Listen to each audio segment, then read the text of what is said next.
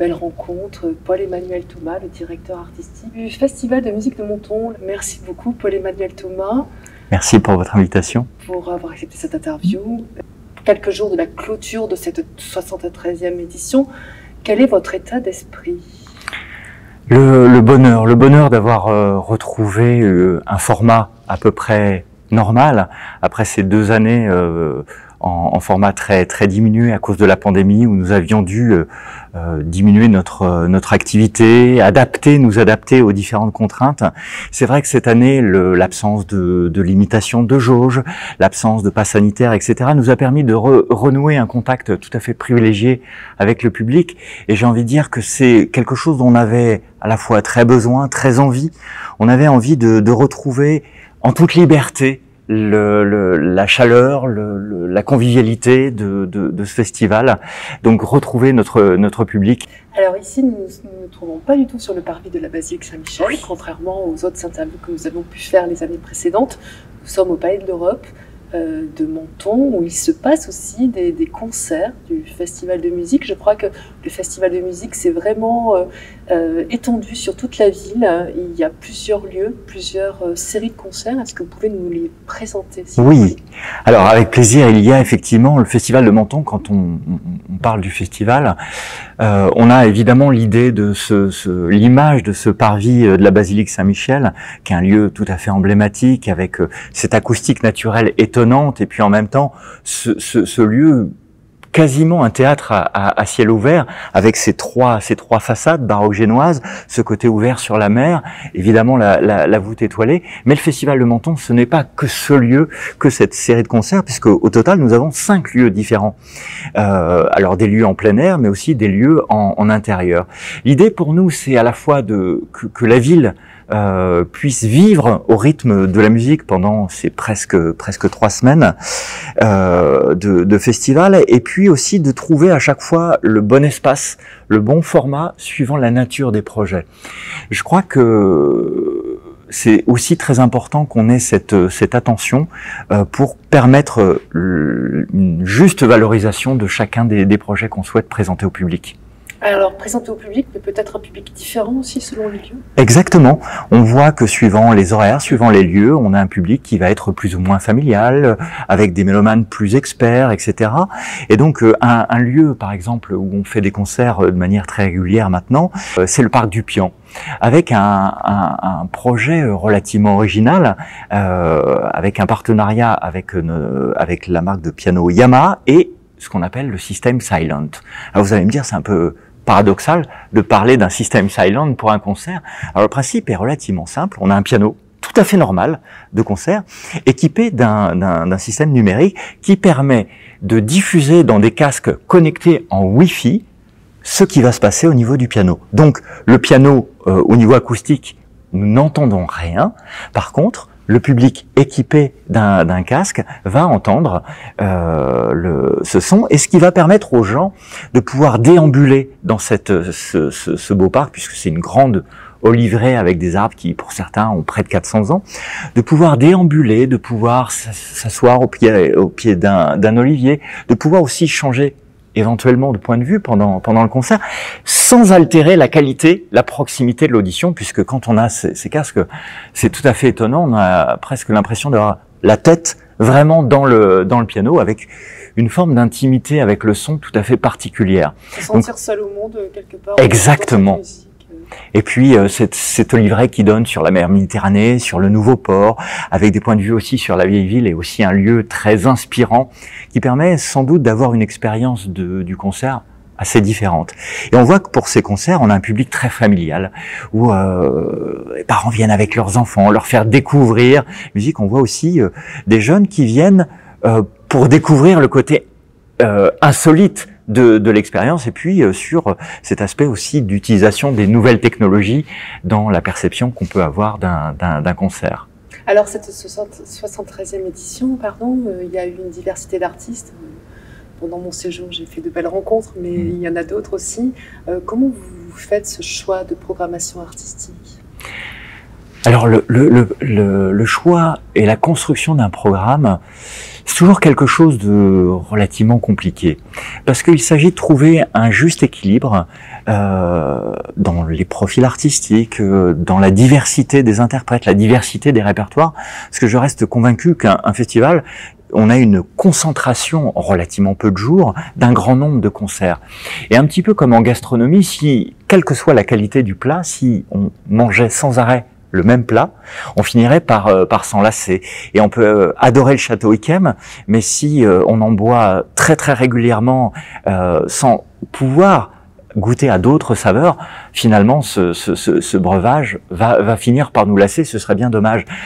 Et donc quand on est sur un temps comme ça aussi ramassé, c'est très important de faire voyager le public dans des expériences, dans des répertoires qui vont être extrêmement divers, et de permettre aussi la découverte. Moi, je crois beaucoup à cette responsabilité du programmateur d'éduquer aussi, de faire découvrir au public des répertoires ou des interprètes que parfois les gens ne connaissent pas. Alors, il faut trouver un équilibre entre des artistes qu'on connaît bien, qu'on a envie de réentendre, qui font partie de cette grande famille du Festival de Menton, et puis sans arrêt, chaque année, favoriser ces découvertes. Vous êtes quelqu'un de curieux dans votre recherche? Oui, j'avoue, je suis très curieux parce que je suis quelqu'un qui aime à la fois la découverte. Je suis à l'affût de projets originaux, d'artistes que je ne connais pas encore,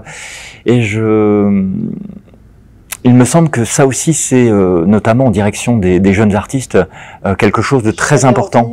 Les jeunes talents sont bien présents ici. Oui. Et on voit de belles découvertes aussi. Exactement. Et ça, pour moi, ça a toujours été quelque chose de très important. Il y a tellement de talents à accompagner, à faire émerger. Je crois qu'on a une vraie responsabilité pour que ces jeunes ne se découragent pas, qu'ils puissent grandir, être accompagnés. C'est la raison pour laquelle on a mis en place cette année une académie de piano avec Rena Chereskaya, cette grande reine de la pédagogie du piano. On connaît bien sûr beaucoup de ces anciens étudiants qui aujourd'hui font de brillantes carrières comme Alexandre Kantorov. Cette femme qui, de manière extrêmement généreuse, nous a donné pendant 2 jours l'occasion, devant un public très divers, puisqu'il y avait évidemment des étudiants, des professionnels de la musique, mais aussi beaucoup de mélomanes et de curieux qui étaient intéressés de savoir finalement comment ce laboratoire fonctionne, comment on construit une interprétation, comment on va passer de la partition, cette promesse de musique, ce potentiel mais qui est encore pas incarné, justement à cette réalisation, cette incarnation du son. Et la relation entre le corps, exactement, et les émotions et le son. Et de voir comment à la lecture d'une partition, on va se poser un certain nombre de questions.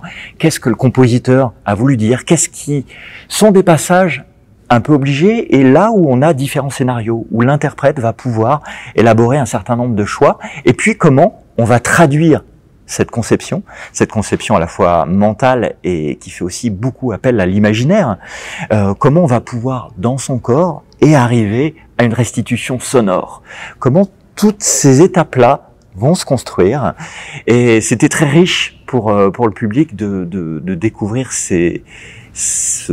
vraiment ce travail de laboratoire. Et ça nous a permis aussi de voir, notamment lors de la nuit du piano, comment, au-delà du travail fait avec Rena, comment dans le concert les choses allaient pouvoir se traduire. Donc accompagner les jeunes artistes, les aider à grandir, à avoir des expériences artistiques fortes, c'est quelque chose de très important pour moi, oui. C'est pour ça que vous parlez de famille d'artistes au Festival de musique de Menton. Ça fait partie de ça, finalement. Oui, je crois qu'on a le mentoring, la question de la transmission. Quand on fait un concert, on transmet quelque chose, on transmet des émotions au public. Mais au-delà aussi du public, il faut s'assurer que ces grands artistes qui viennent au Festival de Menton aient l'occasion aussi auprès, bien sûr, du public, mais aussi d'autres professionnels plus jeunes, puissent transmettre tout ce qu'ils ont pu vivre comme expérience, tout le talent et l'expérience qu'ils ont pu accumuler.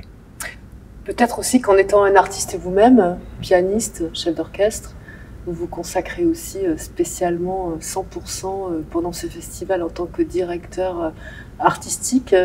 Justement, le fait d'être artiste peut vous permettre de comprendre mieux justement les artistes que vous accueillez et vous mettre au service des artistes? Oui, c'est quelque chose qui est important. Alors, pendant 3 semaines par an, je me consacre à plein temps totalement pour tous les artistes que nous avons le bonheur d'accueillir.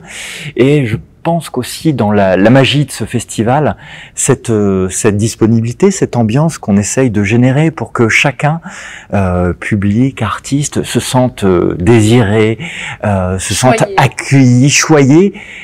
C'est ça qui rend cette ambiance si particulière. Et puis, faut être conscient aussi que en tant que musicien, en tant qu'artiste, la question du désir de l'autre est quelque chose dont on a vraiment besoin. Je crois qu'on a d'autant plus envie d'être généreux, d'être extrêmement investi, quand on sent qu'il y a une forte attente de la part de tout le monde, et évidemment du public, mais aussi de l'ensemble des équipes de direction artistique, de l'organisation, et que tout doit être mis au service du projet artistique, afin que chacun puisse donner vraiment le meilleur de lui-même, et que ces moments complètement magique de rencontre entre des artistes et le public puisse vraiment être des moments rares. De proximité. Exactement. Intime. Dans un lieu magique. Et le Parvis Saint-Michel est un lieu qui favorise ça naturellement. On est aujourd'hui de plus en plus dans des très grandes salles pour diverses raisons, notamment économiques, et où finalement le lien de proximité, l'intimité qu'on peut avoir en tant qu'auditeur avec l'artiste peut parfois être un petit peu lointain, avoir un côté un peu papier glacé. Au Festival de Menton, on sent vraiment, on voit, on entend respirer les musiciens sur scène. On a cette grande proximité, et ça, je crois que c'est quelque chose de très très important aussi.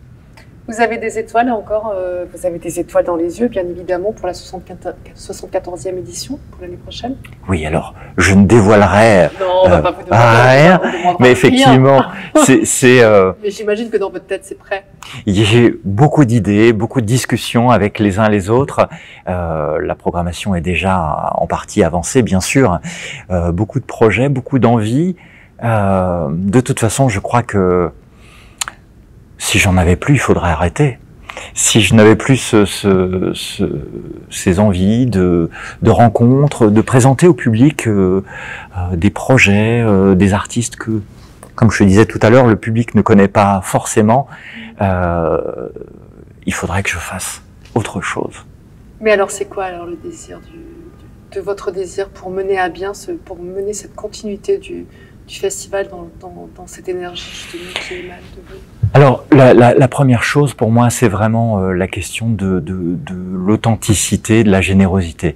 Je crois que c'est Kandinsky qui dit que finalement l'artiste est à la fois une caisse de résonance des problématiques, des débats de son temps, mais qu'il a aussi une espèce d'intuition du futur.